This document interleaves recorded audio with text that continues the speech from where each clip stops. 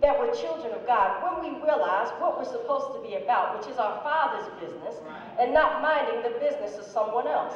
And when we realize where we're supposed to be, which is to abide and remain in Christ, then we understand the relationship that should exist between one another. But before you can even get to that relationship, we have to ask ourselves a very personal question. It's one that examines the heart, mind, body, and soul.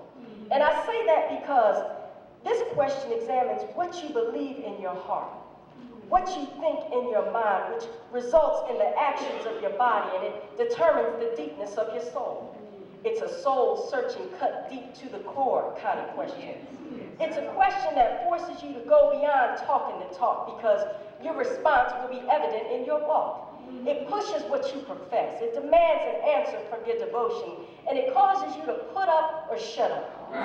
It's a question that takes us back to the very beginning. For these words were spoken in response to the Father, from one in sarcasm, but today it speaks to us in truth. These words come from the lips of a murderer, one who had jealousy in his heart, and he had hatred in his mind. But today they stare at us, and they cause us to have a confrontation with the Spirit. This is an unget-aroundable question. You can't escape it, or you can duck and dodge it if you want to, but sooner or later it's going to end up all in your face, because here it is today. It hits me. It's a rubber ball kind of question. It'll hit me, then it'll bounce off of me, and then it'll hit you. And then it'll bounce off of you and travel across the room, and then it'll hit her.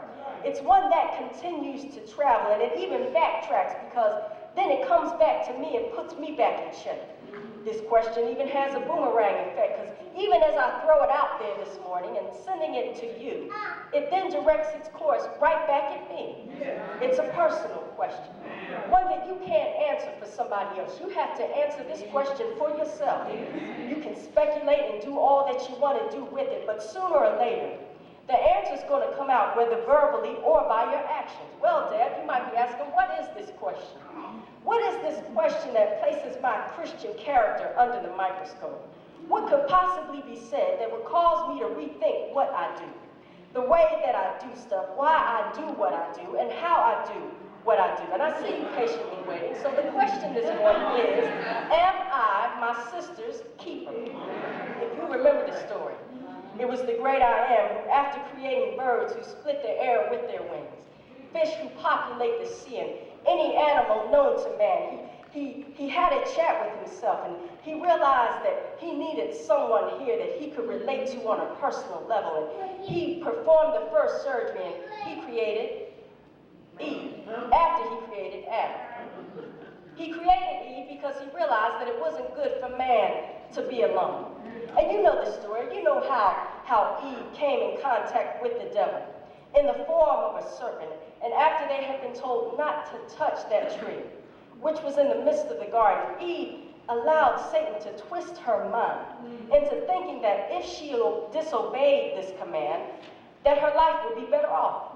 And then Adam, who couldn't resist anything from his wife, knowing that it was wrong to do what they did. Perhaps he looked into her eyes, and she persuaded him to partake of the sin with him, and they both disobeyed the command of the Lord.